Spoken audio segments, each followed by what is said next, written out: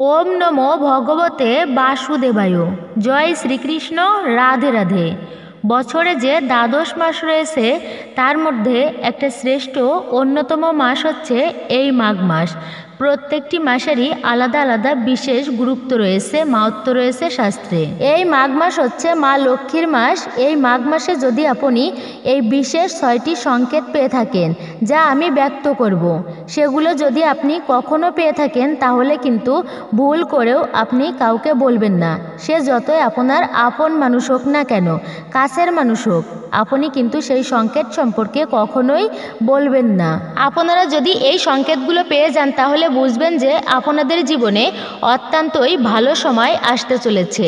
আপনারা জীবনে অগ্রগতির পথে এগিয়ে চলেছেন।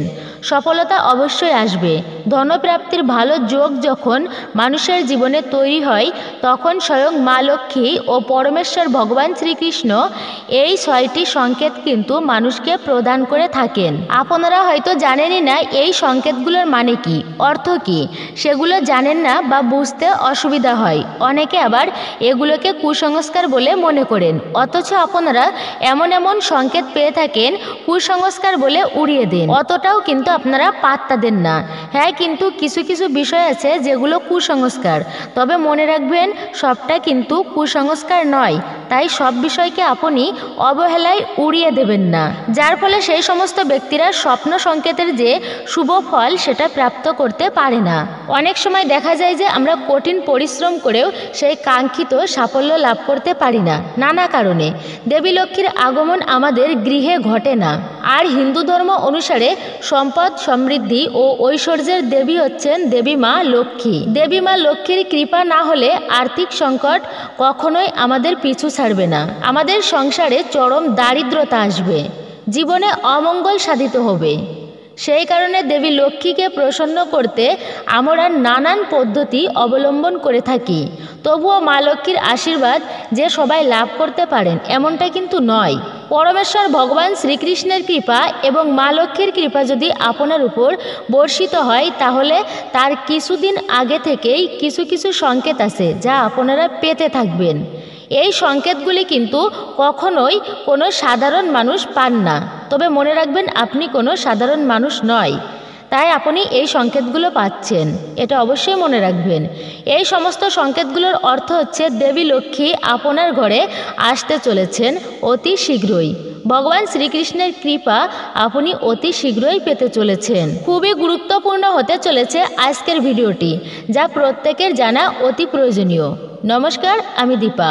প্রত্যেককে সুস্বাগত জানাই রায়কিশোরী দীপা অর্থাৎ সনাতন ধর্মীয় তথ্যমূলক চ্যানেলে। আমি সর্বদা চেষ্টা করি সনাতন ধর্মের এরকমই সকল গুরুত্বপূর্ণ বিষয় প্রসঙ্গ আপনাদের সামনে উপস্থাপন করতে, শেয়ার করতে। তাই আসুন না কিছুক্ষণ সময় সকলে ধৈর্য ধরে আজকের এই পবিত্রপূর্ণ মাঘ মাস সম্পর্কে এবং মাঘ মাসে যদি আপনি এই স্বপ্নগুলো ঘুমের মধ্যে হোক বা আপনি জাগরিত অবস্থায় যদি আপনার সামনে এই ঘটনাগুলি ঘটে থাকে তাহলে অবশ্যই বুঝবেন আপনি কোনো সাধারণ ব্যক্তি নয়, আপনি ভাগ্যবানী।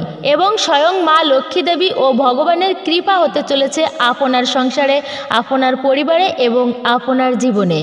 অবশ্যই আপনারা ভিডিওটি স্কিপ করবেন না, সম্পূর্ণ দেখবেন।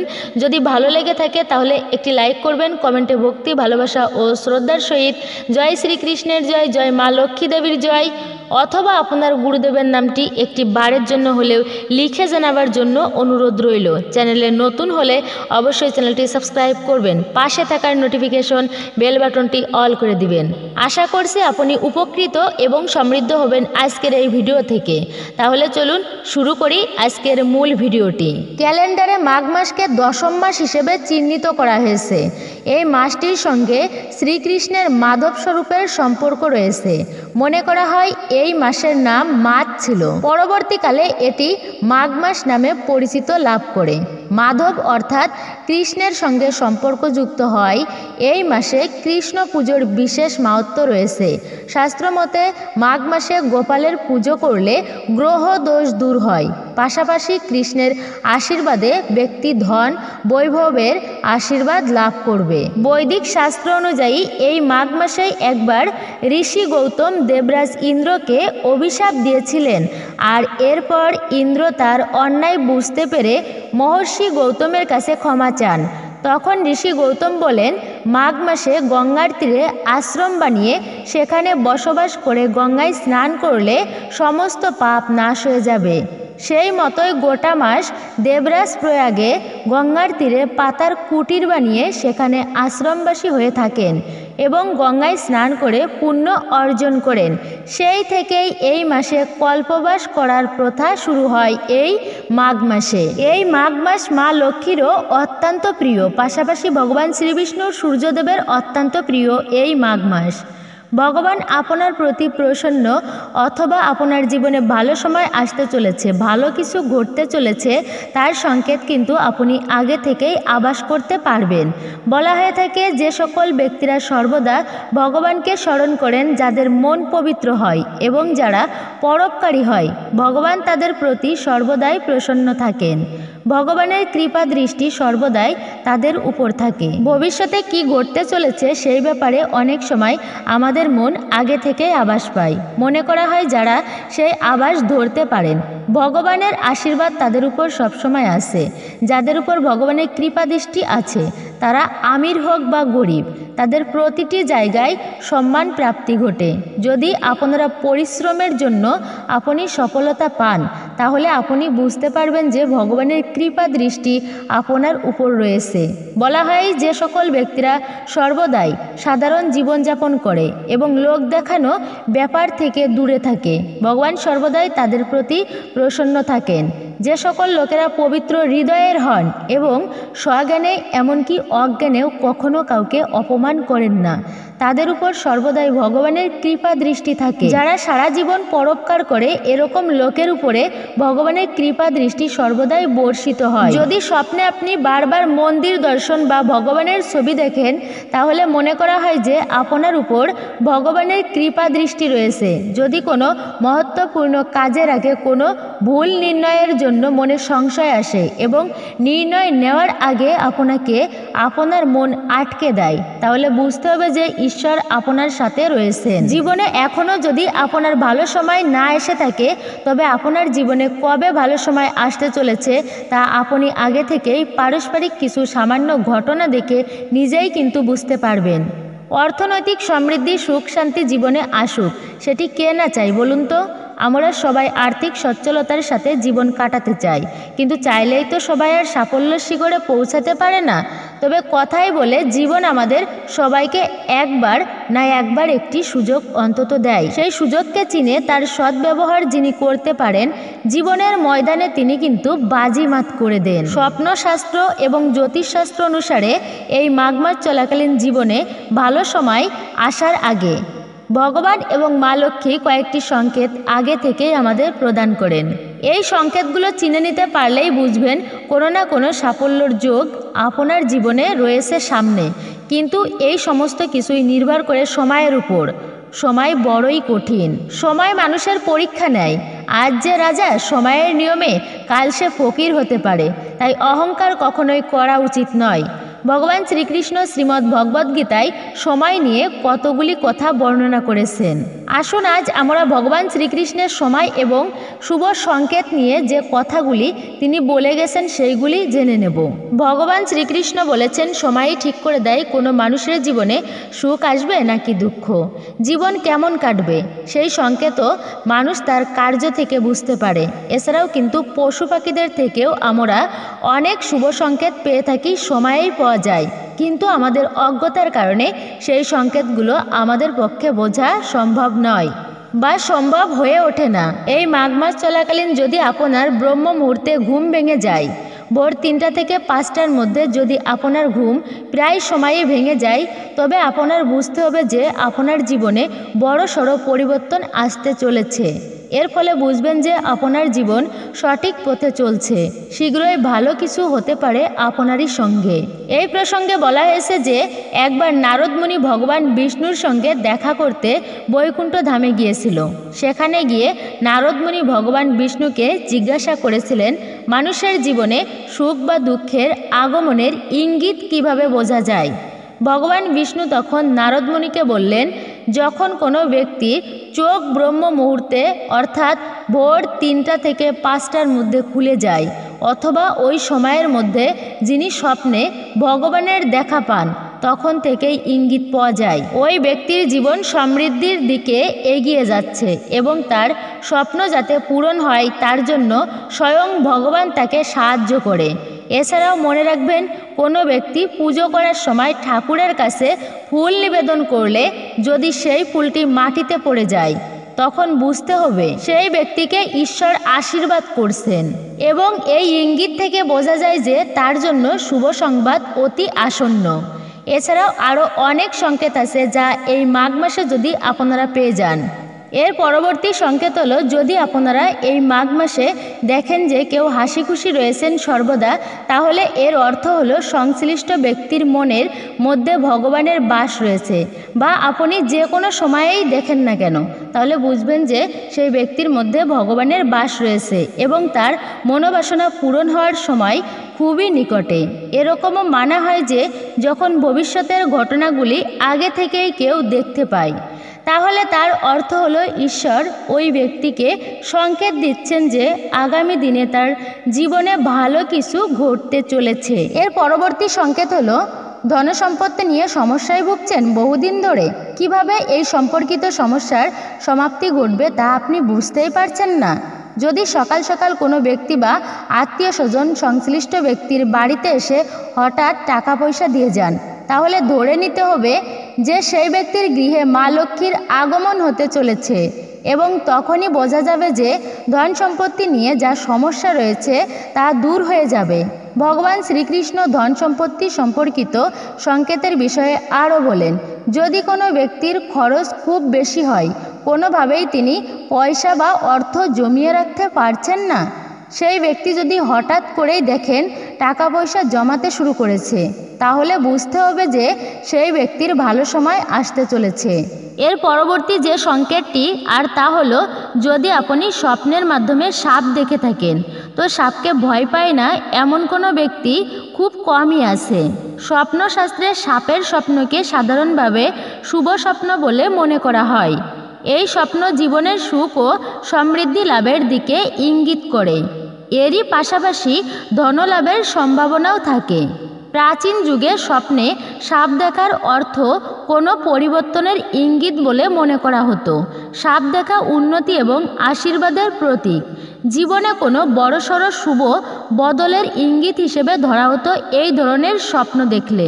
যদি আপনি এই মাঘ মাস চলাকালীন স্বপ্নে দেখেন যে একটি সাপ আপনাকে সবল মারছে, তাহলে তার পিছনে কিন্তু একটি ভয়ঙ্কর ইঙ্গিত লুকিয়ে থাকে। স্বপ্নশাস্ত্র অনুসারে এর অর্থ আপনার জীবনে খারাপ কিছু ঘটতে চলেছে। তাই নিজের স্বপ্নকে বোঝার চেষ্টা করে অবিলম্বে আপনাকে সতর্ক হতে হবে। এরপর এই মাঘ মাস চলাকালীন যদি আপনি দেখেন যে সাপ সোজা মন্দিরের ভেতরে যাচ্ছে, তবে বুঝবেন শীঘ্রই আপনার মনের ইচ্ছা পূরণ হবে। এই মাঘ মাস চলাকালীন নিজের শরীরে সাপ কুণ্ডলী পাকিয়ে জড়িয়ে রয়েছে বলে যদি স্বপ্নে দেখেন এবং তার মাথা আপনার মাথার উপরে রয়েছে, তাহলে সেটিকে আধ্যাত্মিকতার প্রতীক হিসেবে ধরা যেতে পারে। যেহেতু মহাদেবের গলায় সাপ পেঁচিয়ে থাকে, তাই এই স্বপ্ন দেখার অর্থ হলো আপনি ভবিষ্যতের আধ্যাত্মিকতার প্রতি আরও বেশি করে আগ্রহী হয়ে উঠবেন। সাপ শিবলিঙ্গে জড়িয়ে রয়েছে বলে যদি স্বপ্নে দেখেন, তবে বুঝবেন মহাদেবের কৃপা রয়েছে আপনার উপর এবং শীঘ্রই আপনি নিজের কাজে সাফল্য লাভ করবেন। পায়ের উপর সাপ চড়ছে বলে স্বপ্নে দেখলে বুঝবেন প্রচুর অর্থলাভ হতে চলেছে আপনার। স্বপ্নে সাদা সাপ দেখাও খুব শুভ বলে মনে করা হয়, এতে ধনপ্রাপ্তি হয় বলে প্রচলিত বিশ্বাস। এর পরবর্তী সংকেত হলো কালো পিঁপড়া। শাস্ত্রমতে এই মাঘ মাসে যদি হঠাৎ করে আপনার বাড়িতে কালো পিঁপড়ার পরিমাণটা বেড়ে গেছে, তারা হয়তো গোল করে আপনার উঠানে বা বাড়িতে বা ঘরের ভিতরে ঘুরছে বা কোনো কিছু মুখে নিয়ে দেওয়াল বেয়ে উপরের দিকে উঠে যাচ্ছে, এরকম কোনো সংকেত যদি আপনারা পেয়ে যান, তাহলে এর মানে বুঝবেন যে হঠাৎ করে আপনাদের জীবনে কোনো না কোনো মাধ্যমে অর্থপ্রাপ্তি হতে চলেছে।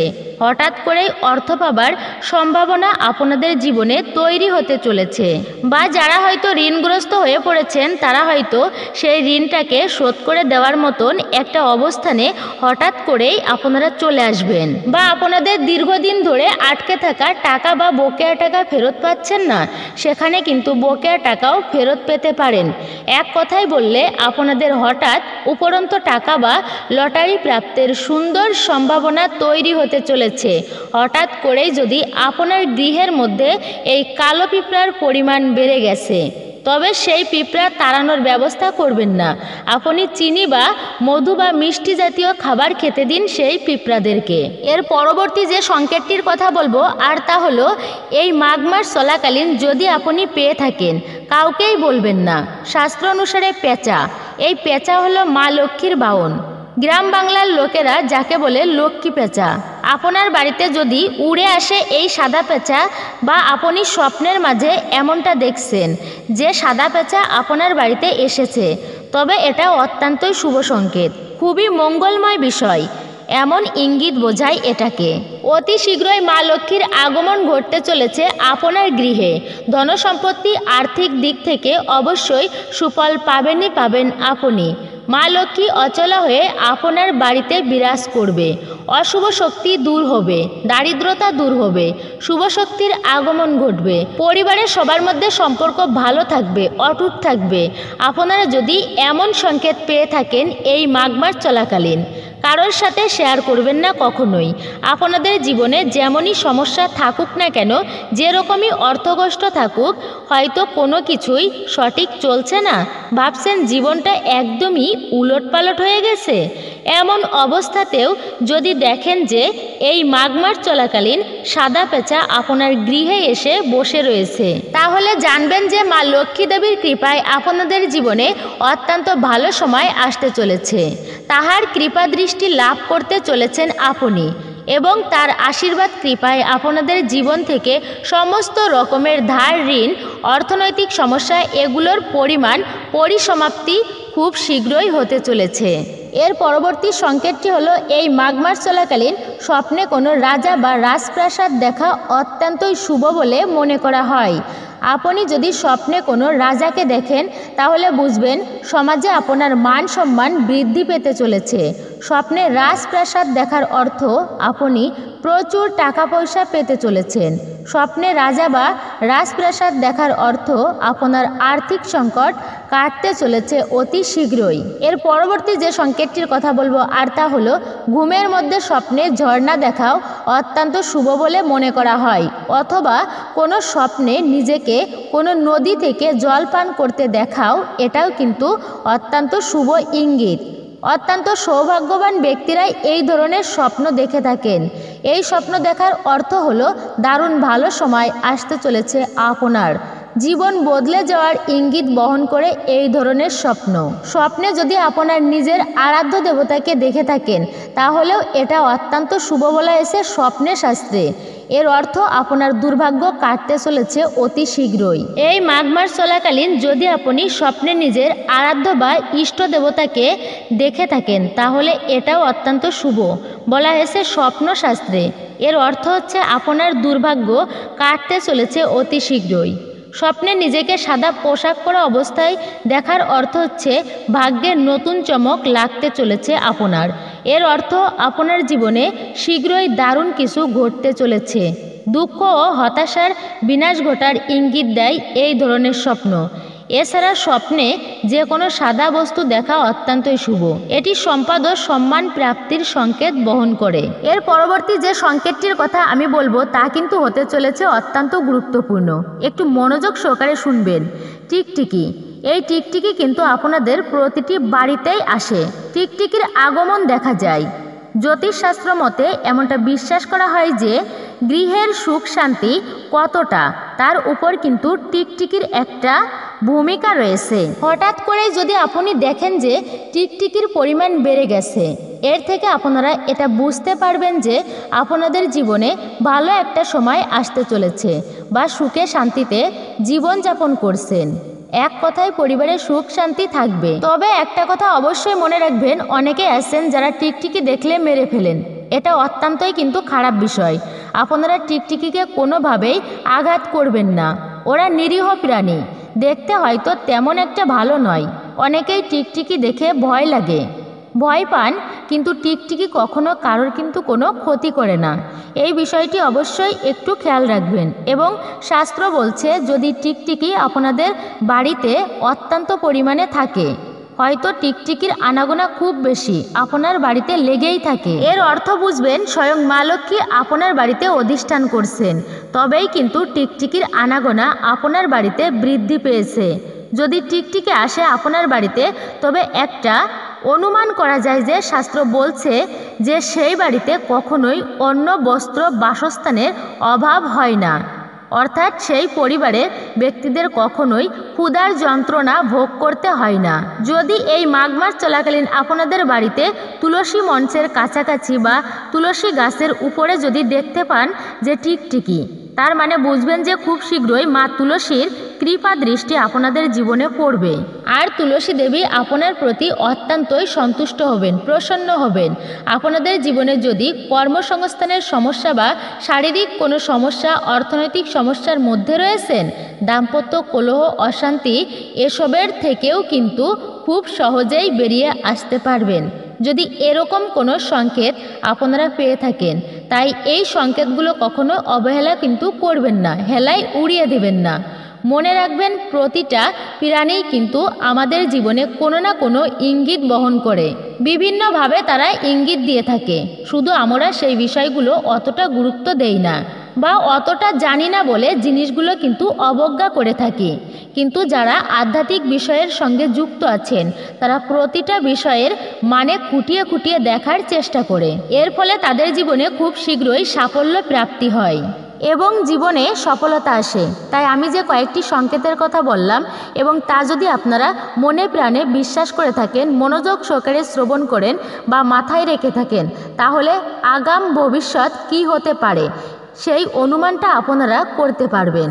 এবার আমি যে সংকেতটির বিষয়ে আপনাদেরকে জানাবো, আর তা হচ্ছে এই মাঘ মাস চলাকালীন ঝাড়ু, এই ঝাড়ু কেউ দিচ্ছে বা কোনো বাচ্চা ঝাড়ু নিয়ে খেলছে বা কোনো প্রকার ঝাড়ুর স্বপ্ন আপনারা দেখে থাকছেন 3টা থেকে 5টার মধ্যে, মানে ব্রহ্ম মুহূর্ত সময়ের মধ্যে। এই সময়টুকুর মধ্যে যদি আপনারা ঝাড়ু বা ঝাঁটার স্বপ্ন দেখেন, তাহলে ভুল করেও কিন্তু কাউকে বলতে যাবেন না। এই ঝাড়ু বা ঝাঁটা স্বয়ং মা লক্ষ্মীর স্বরূপা যদি আপনি দেখে থাকেন, তবে আপনার জীবনে সুখ, শান্তি, সমৃদ্ধি, অর্থলাভ অতি শীঘ্রই হতে চলেছে। মা লক্ষ্মীর কৃপা দৃষ্টি আপনি পেতে চলেছেন, তিনি অত্যন্তই প্রসন্ন হবেন। তাই কখনো এই সংকেতটির কথা আপনারা বলবেন না। এর পরবর্তী যে সংকেতটির কথা বলবো, আর তা হলো এই মাঘ মাস চলাকালীন ভোর 3টা থেকে 5টার মধ্যে, অর্থাৎ ব্রহ্ম মুহূর্তের মধ্যে যদি আপনি শাঁখের আওয়াজ শুনতে পান, মানে শঙ্খের আওয়াজ। মাঘ মাস চলাকালীন কেউ হয়তো শঙ্খ বাজাচ্ছে বা শাঁখের শব্দ যদি আপনাদের কানে আসে বা শুনতে পান, তাহলে কিন্তু এটি অত্যন্তই শুভ সংকেত। এই সংকেত পেলে আপনি কাউকেই বলবেন না। আমরা প্রত্যেকটা পুজোতেই কিন্তু এই শাঁখ বাজিয়ে থাকি এবং মা লক্ষ্মীরও অত্যন্ত প্রিয় হচ্ছে এই শাঁখ বা শঙ্খ। আর যেহেতু এই মাঘ মাস মা লক্ষ্মীরও অত্যন্ত প্রিয়, তাই এই মাঘ মাসে যদি আপনি এই শাঁখের আওয়াজ পান, তো আপনি কাউকে বলবেন না।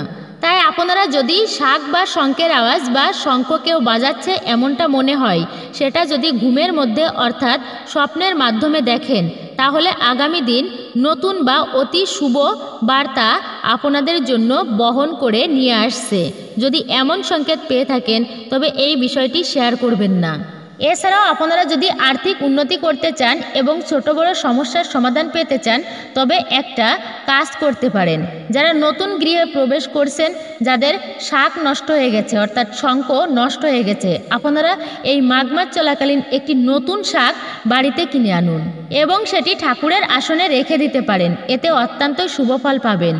এতে মা লক্ষ্মী আপনার প্রতি প্রসন্ন হবেন, মা লক্ষ্মীর আশীর্বাদ প্রাপ্ত করতে পারবেন। এছাড়াও যদি আপনারা এই শাঁখের কোনো ভালো সংকেত পেয়ে থাকেন, তবে বুঝবেন যে মা লক্ষ্মী আপনাদেরকে আশীর্বাদ করছেন এবং দ্রুতই জীবনে উন্নতি লাভ করতে চলেছেন।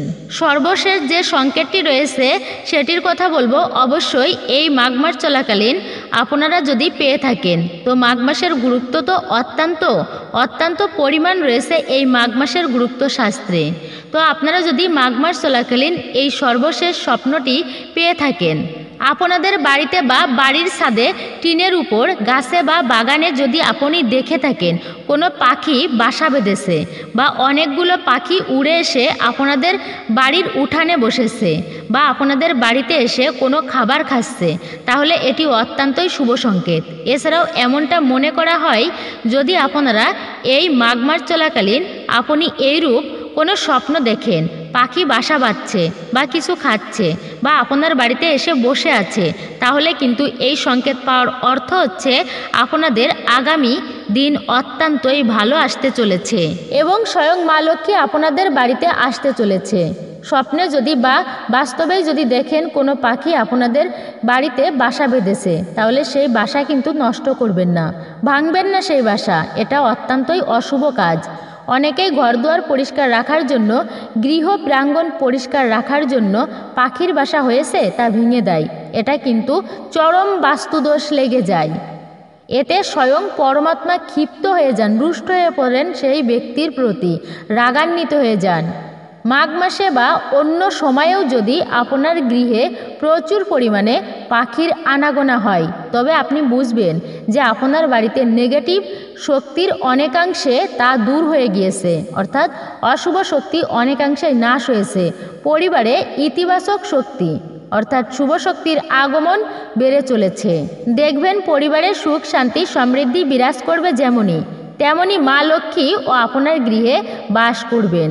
এই মাঘ মাসে যদি আপনি স্বপ্নে পদ্মফুল দেখে থাকেন, তবে সেটাকে শুভ লক্ষণ বলে মনে করা হয়। এর অর্থ হচ্ছে আপনার জীবনে দীর্ঘদিন ধরে চলমান কোনো সমস্যা শেষ হতে চলেছে।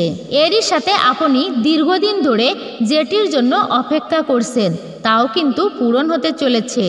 এই স্বপ্নের অর্থ শক্তিশালী আর্থিক অবস্থান। তাও অবশ্যই যদি আপনারা এই মাঘ মাস চলাকালীন এমন এমন শুভ সংকেতগুলো পেয়ে থাকেন স্বপ্নের মাধ্যমে, তাহলে কিন্তু আপনারা কাউকে বলবেন না, নিজের মধ্যেই গোপনীয় রাখবেন। এই ছিল আমাদের আজকের ভিডিওটি কেমন লাগলো তা কমেন্ট করে অবশ্যই নিজের মতামত জানাবেন। যদি ভালো লেগে থাকে একটি লাইক করবেন। কমেন্টে ভক্তি, ভালোবাসা ও শ্রদ্ধার সহিত জয় শ্রীকৃষ্ণের জয়, জয় মা লক্ষ্মী দেবীর জয়, জয় সূর্য দেবতার জয় অথবা আপনার গুরুদেবের নামটি একটি বারের জন্য হলেও লিখে জানাবার জন্য অনুরোধ রইল। চ্যানেলে যদি আপনি নতুন হয়ে থাকেন বা এই প্রথমবার আমাদের ভিডিও দেখছেন, তবে বিশেষভাবে অনুরোধ করব অবশ্যই চ্যানেলটি সাবস্ক্রাইব করবেন, পাশে থাকার নোটিফিকেশন বেল বাটনটি অল করে দিবেন। সকলে ভালো থাকুন, সুস্থ থাকুন, পরম করুণাময় ঈশ্বরের অশেষ কৃপায়। জয় মা লক্ষ্মী দেবীর জয়।